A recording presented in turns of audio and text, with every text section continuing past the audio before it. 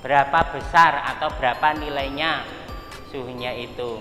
Sehingga pada kemajuan zaman, suhu itu bisa diukur dengan alat yang canggih yang nanti namanya disebut termometer.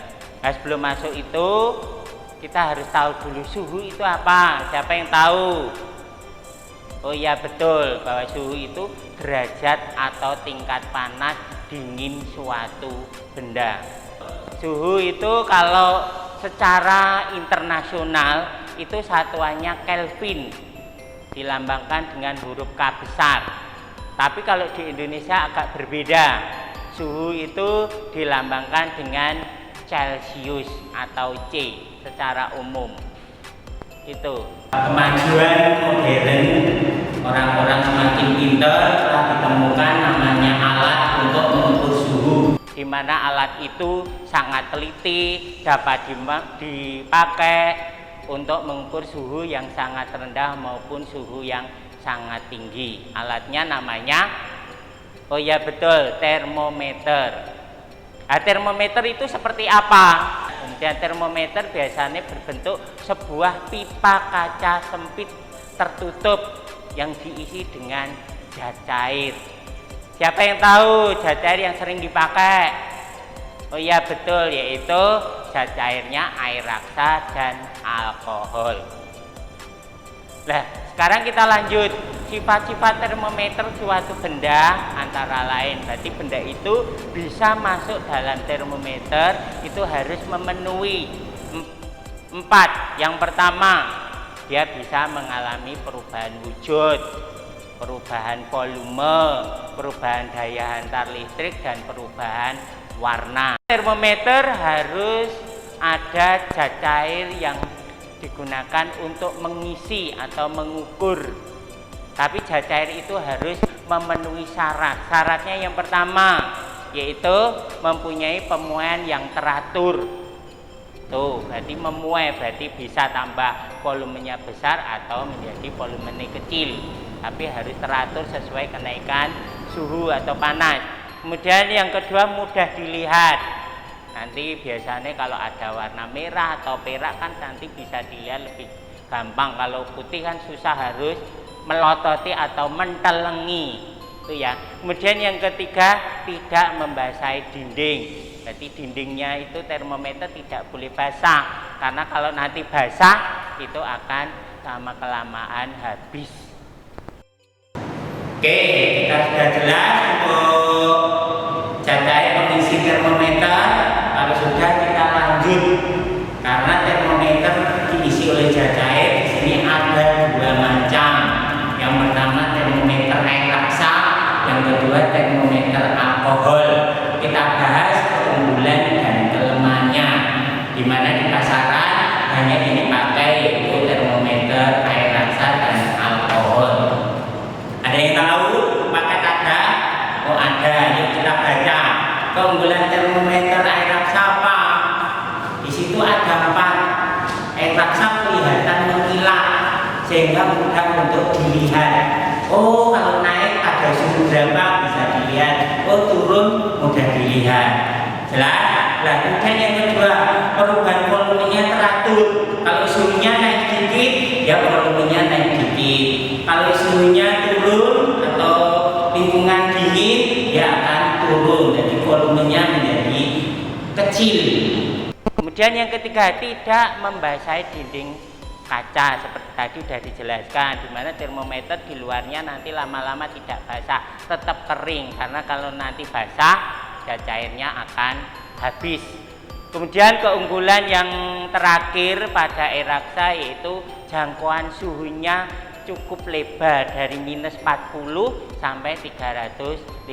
Berarti kalau ada benda yang minus 40 masih bisa untuk pakai termometer air raksa. Kemudian apa kelemahannya? Pakai suara termometer atau alat itu memiliki kelemahan. Di sini kelemahannya kita bahas biar anak-anak nanti tahu. Kelemahannya atau kerugian dari termometer air raksa ada 3. Yang pertama apa? Oh ya betul, harga raksa mahal, sehingga tertentu yang bisa membeli air raksa dan susah dicari. Kemudian yang kedua, raksa tidak dapat mengukur suhu yang sangat rendah. Tadi sudah dijelaskan kelebihannya, dia hanya bisa mengukur sampai suhu 40 derajat Celcius. Nanti kalau suhunya di bawah 40 sudah tidak bisa diukur. Kemudian yang ketiga, raksa merupakan zat beracun. Nah, ini sangat berbahaya jika sampai pecah, nanti kena tangan, kemudian masuk mulut, nanti bisa menyebabkan meninggal. Makanya harus hati-hati. Itu kelemahannya termometer air raksa. Sekarang masuk ke termometer alkohol. Sekarang termometer alkohol kita bahas, yaitu keunggulannya atau keuntungannya. Yang pertama, untuk menaikkan suhu kecil. Dia ada panas sedikit, suhunya sudah bisa naik, yaitu mengalami perubahan volume lebih besar sehingga dapat mengukur suhu dengan teliti. Itu keunggulannya dari termometer alkohol. Kemudian yang kedua, dapat mengukur suhu yang sangat rendah. Nah, ini kehebatannya yang berbeda dengan termometer air raksa. Kalau alkohol rendah bisa diukur. Kemudian yang ketiga, pemuaiannya teratur. Naik sedikit, ya juga volumenya naik. Turun sedikit suhunya, nanti volumenya juga turun. Kemudian yang keempat, memiliki koefisien muai yang besar, sehingga dia itu memanasnya harus perlu energi yang sangat tinggi. Nah, kelebihannya sudah jelas, anak. Oh, sudah, sip. Kita lanjut. Itu sekarang kerugiannya atau kelemahan pakai termometer air raksa. Yang pertama, titik didih rendah.